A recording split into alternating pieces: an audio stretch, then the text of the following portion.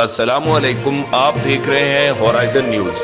خبر شامل کرتے ہیں ساہیوال سے۔ تحریک انصاف کے رہنما رائے حسن نواز کی دعوت پر گورنر پنجاب چوہدری محمد سرور کا ساہیوال کا دورہ۔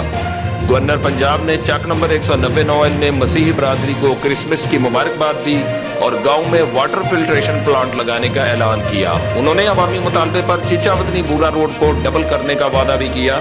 اس موقع پر تحریک انصاف کے رہنما رائے حسن نواز، ڈپٹی کمشنر بابر بشیر، رائنا آفتاب احمد خان، صدر پاکستان تحریک انصاف ضلع ساہیوال، مار ارشاد حسین کاٹیا، رہنما پی پی 199 پاکستان تحریک انصاف، ملک فیصل جلال ڈھکو، سیکرٹری جنرل پاکستان تحریک انصاف ضلع ساہیوال اور مسیحی برادری کے معززین موجود تھے۔